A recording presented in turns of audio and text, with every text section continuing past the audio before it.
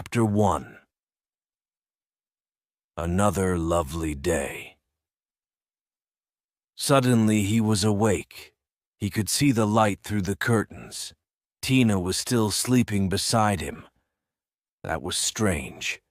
They always woke up together. He looked at his watch. 6:30.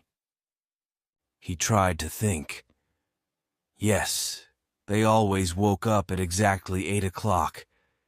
He couldn't remember waking up before 8. Not ever. Why not? Everybody in the city woke up at exactly 8 o'clock. Every day. He got out of bed quietly. Tina didn't move. He walked to the window and opened the curtains. He looked out at the quiet city. Nothing was moving. Then he dressed quickly and went to the chair and sat down. He had to think. He had to remember. He was still sitting there an hour and a half later when Tina opened her eyes. "Dan," she said. "Dan, what are you doing?" "I got up early," he said. Early. It sounded strange. But why did it sound strange? "Dan, is anything wrong?" "Wrong? No, nothing's wrong. I just wanted to get up, that's all." Tina dressed. She smiled brightly. "It's time for breakfast," she said. "Come on, we mustn't be late." "Wha?" He was going to say, "Why not?" But he didn't. He stood up. Yes, it's time for breakfast. Look, you go down for breakfast. I'm not hungry today. I'll see you later." Tina looked at him. "We have to go to breakfast. Are you feeling ill? I'll call the doctor." The doctor. Yes, he had to go to breakfast. He didn't want to see the doctor. Tina was standing by the door. She looked annoyed. He said, "I didn't eat anything yesterday or the day before, and I feel different." Tina moved towards the phone. "Of course you feel different, Dan. You are ill. I'll get the doctor." "Don't phone, Tina. Please," he said. "I wanted to feel hungry. I haven't felt hungry for a long time. I wanted to remember the feeling."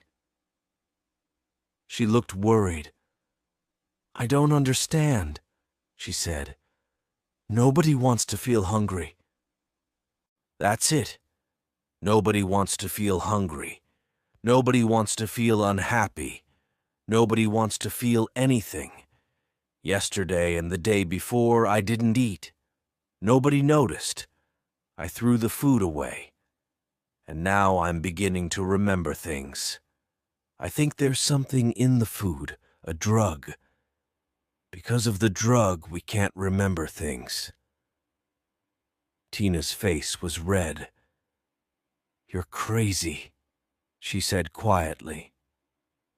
"Maybe," he said. "But why can't we remember anything? What is this place?"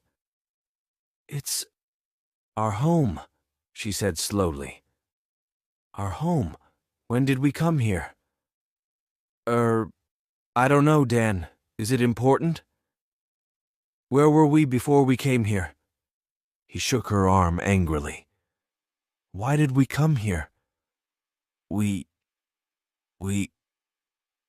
Oh, Dan, I can't remember. Don't worry about it. Look, don't be silly. We're going to be very busy today. First, there's the pottery class. You'll be able to finish making that bowl.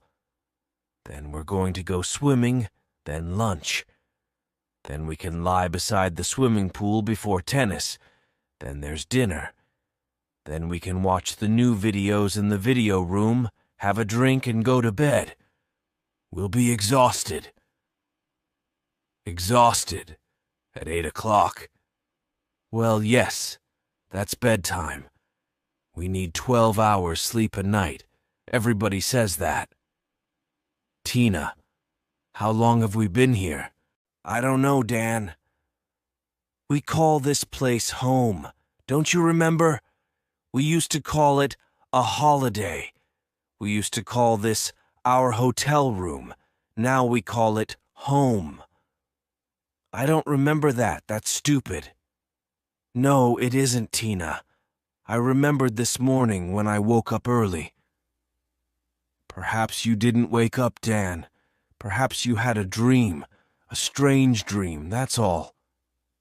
But I did wake up, Tina. You saw me. I was sitting in that chair with all my clothes on. I'm not sure. Were you? I can't remember now. She smiled at him. Come on, the sun's shining. It's another beautiful day. Let's go and have breakfast. She opened the door. Dan looked at her for a moment. You've forgotten our conversation, haven't you? He said. You've forgotten it already. Chapter 2. I love breakfast. Dan followed her into the corridor. He looked at the rows of doors on both sides. They were all the same. They walked along to the lift. Tina pushed the button and the doors opened. Morning, Tina. Morning, Dan. Russell, the sports organizer, was already in the lift. He smiled. I hope you're both ready for the tennis match, he said. We're playing level 14 this afternoon. They've got some good players. Tina laughed. Level 5, level 5, she sang. Level 5 is really alive. It was their team song, the lifelong line of people. They were all waiting for breakfast. Dan looked around. Everyone was wearing shorts and t-shirts, the men and the women. Dan looked down at his t-shirt. It was light blue, the level 5 color. His shorts were light blue too. There were different colors for all the levels. The man in front of him was wearing a yellow level 9 t-shirt. Oh, good, said Tina. Cornflakes! I love cornflakes.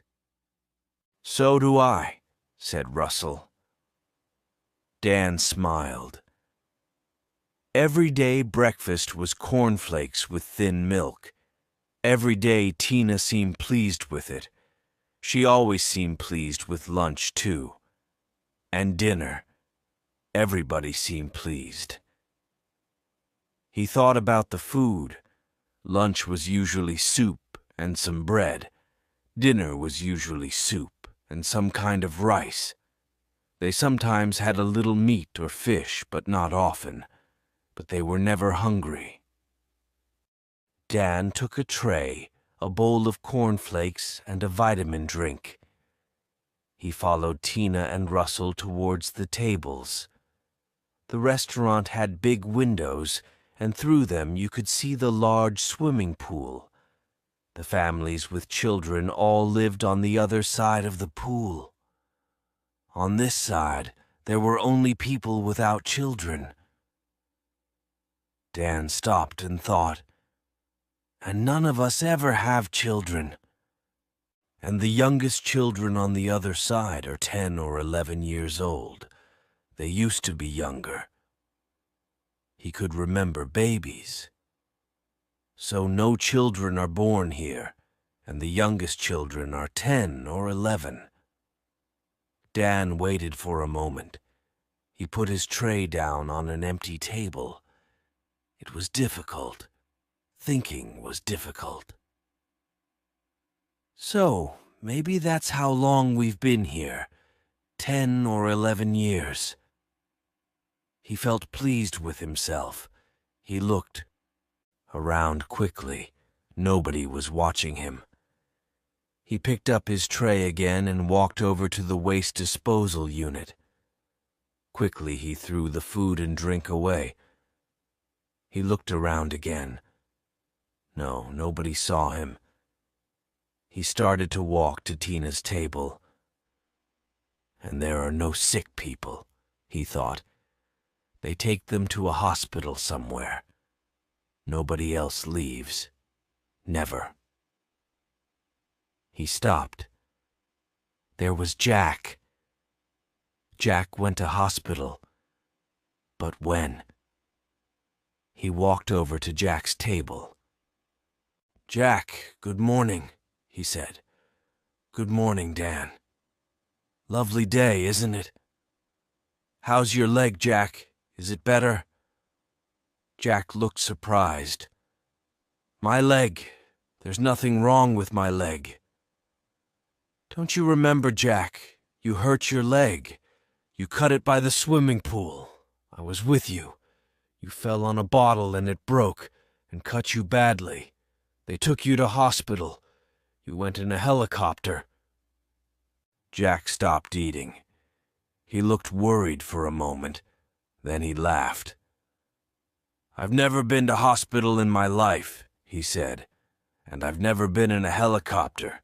Is this a joke?" Dan looked down. Jack was wearing green level 11 shorts.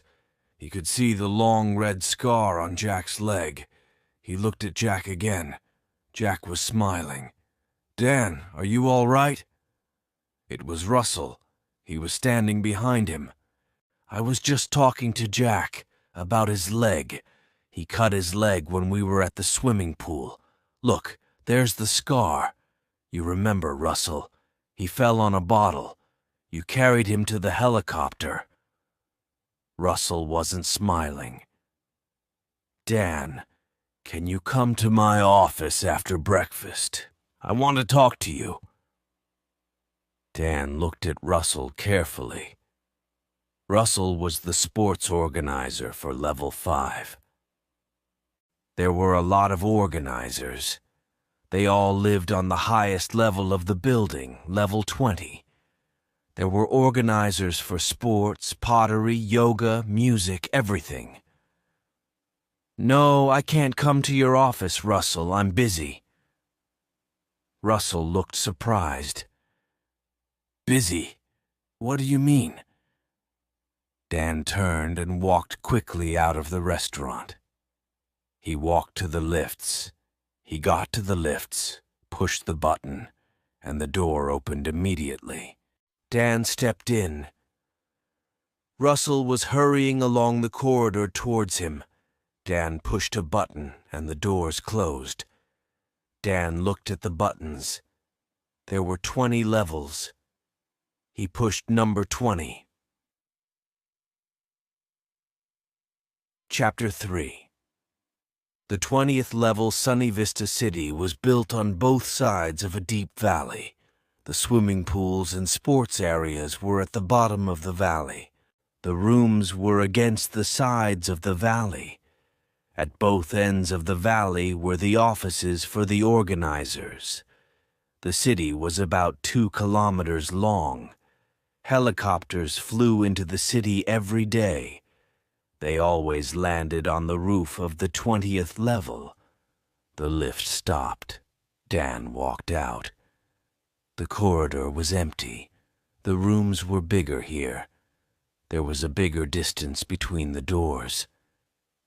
Then he heard a noise. It was a bell. The door of the next lift was opening. Dan stepped back. Russell was coming out of the lift door. "Dan," said Russell, "what are you doing? This is level 20. You shouldn't be here." "Why not?" said Dan. "And why are you following me?" "I must speak to you," said Russell. "It's important." Dan looked at Russell. Russell was looking at the wall next to the lift. There was a red button on the wall. Russell was moving towards the button. Dan stepped between Russell and the button. "Okay," said Dan. Where shall we talk? Russell looked worried. We can go to my office. We can talk there. Dan thought for a moment. Russell was bigger than Dan and stronger too. Dan thought about the sports in Sunny Vista City. Nobody tried to win. Not ever. Why not? He could remember the day before when he played tennis against Russell. Dan tried to win. He wanted to win. Russell was surprised then. Dan smiled. Come on, let's go to your office. I mustn't be late for the pottery class. I'm making a soup bowl. Have you seen it? Russell smiled. No, I haven't. You can show me later. Dan stepped into the lift and Russell followed him. Russell turned to the row of buttons next to the door. Level 1, he said to himself, and moved his hand towards the button. Dan hit him once, hard on the back of the head. Russell fell to the floor. I knocked him out, thought Dan. I hit him once and knocked him out. Where did I learn that? There were never fights in Sunny Vista City. Nobody was ever angry. Dan looked at the buttons. He pushed the button for level 10. There was nobody on level 10 at this time of the morning. He stepped quickly through the door before it closed. Chapter 4. On the roof, Dan walked along the corridor. There were some stairs at the end.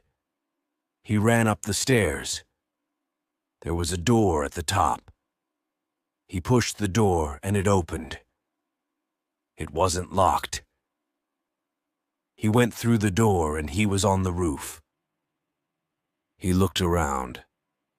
A large helicopter was standing on the roof.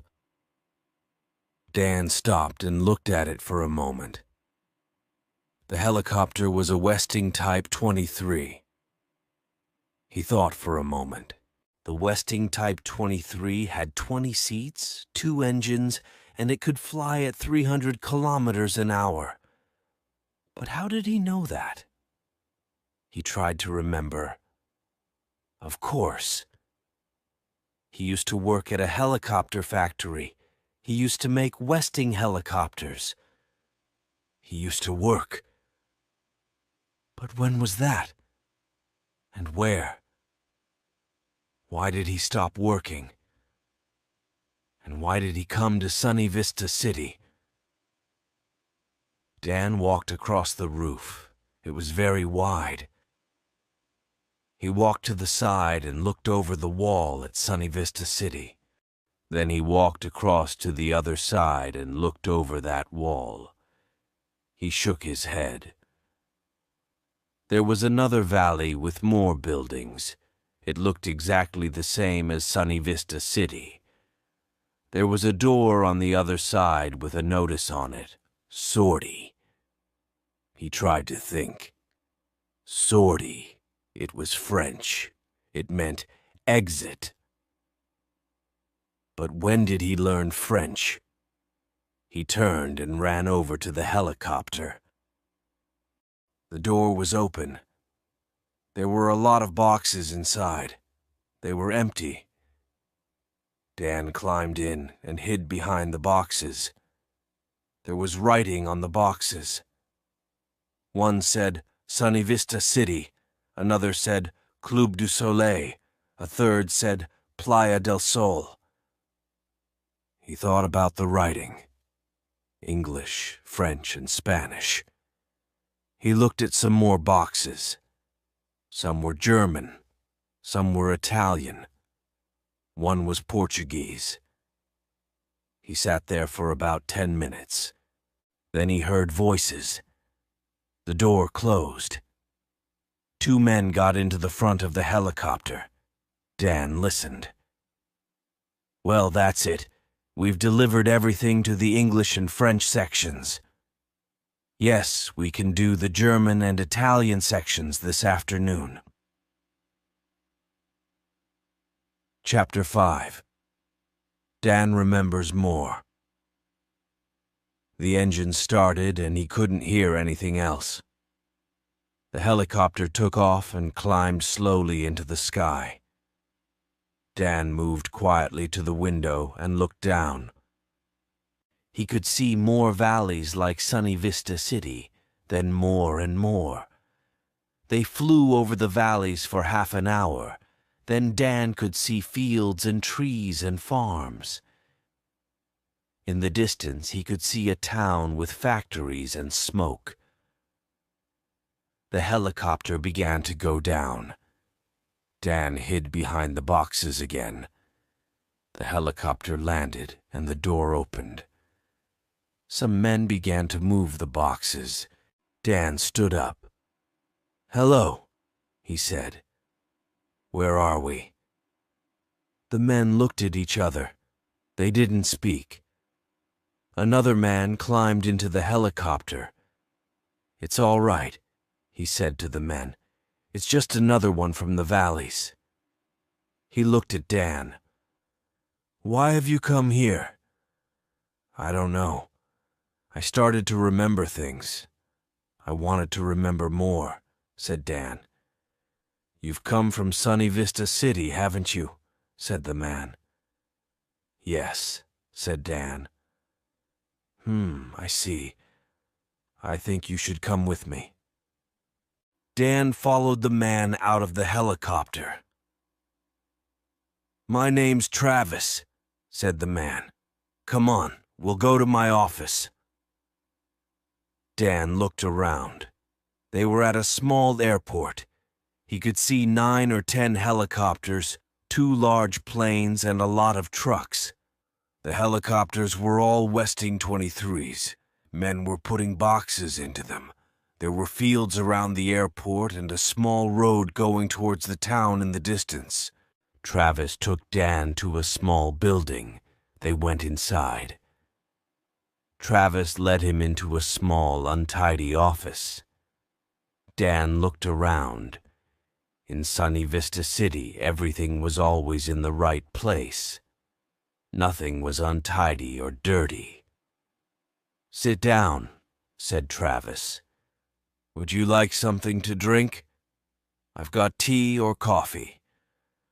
No, thank you," said Dan. Travis laughed. "Don't worry," he said. "There's nothing in it. I'm sure you're hungry and thirsty. Very hungry and very thirsty." "How do you know that?" said Dan. Travis sat down. "They always are hungry and thirsty. That's why they're here. Look, don't worry. Sunny Vista City isn't a prison, you know. When the helicopter took off, the pilots knew there was somebody there. They knew because of the extra weight." "Why didn't they take me back?" asked Dan. "I've told you. It isn't a prison. You got into the helicopter because you wanted to leave. That's okay. You've left. We didn't stop you." Dan looked at the table for a moment. "There was a man, one of the sports organizers. His name's Russell. He wanted to stop me. I knocked him out. I left him in the lift and sent the lift down to level 10. I didn't want to hurt him." "He's okay. You didn't hurt him badly. I spoke to him on the telephone a few minutes ago." "What is Sunny Vista City?" asked Dan. "What is it really?" "How much can you remember?" said Travis. "I'm beginning to remember more and more. I can't remember everything yet." "You'll remember more tomorrow," said Travis. "Well," said Dan, "I used to work in a helicopter factory in England, the Westing factory. This isn't England, is it?" "No," said Travis, "it isn't." "I lost my job," said Dan. "The factory closed. I was unemployed for a long time." Then I saw an advertisement. It was on television, I think. It was for very cheap 30-day holidays for the unemployed. Very cheap. We left England and flew to Sunny Vista City. I can't remember much since then, but I remember something. I haven't seen or talked about money for years. Travis smiled. Sunny Vista City is one of the oldest towns here. It opened 10 years ago. You haven't seen money for 10 years. But what's happening? Said Dan. Can you remember 10 years ago? There were millions of unemployed people all over the world. There was very little work. Computers were doing everything. There was fighting in the streets, riots, revolutions, hunger. The governments all over the world had a meeting, a secret meeting. They built Sunny Vista City and hundreds of places like it. All of them are in warm, sunny places near the sea. They sent unemployed people on holidays. They give everyone drugs in the food. There is no hunger, no fighting, no children in the cities. There is also no memory. Nobody can remember anything. Everyone lives for today. But that's terrible, said Dan. Is it? Is it really? Said Travis. Things were much worse before. Are you going to send me back there? Asked Dan. You can choose. We can give you a drug. You'll wake up tomorrow in Sunny Vista City and you won't remember anything about this. You said I can choose, said Dan. Yes. You can stay here. You can go back to England. We'll find you a job. Life will be difficult. You'll have to work hard and... But I'll be free, said Dan. Yes, you will. A few people, only 1 or 2%, leave Sunny Vista City and the other cities every year. That isn't a problem. We can find jobs for those people. Most people are happy there. About half of the people that leave choose to go back. I don't believe it, said Dan. You will. Maybe next year you'll want to go back. It's an easy life, but what about now? Are you going back or are you staying here? Dan sat back in his seat and smiled. I think I'll stay here, he said.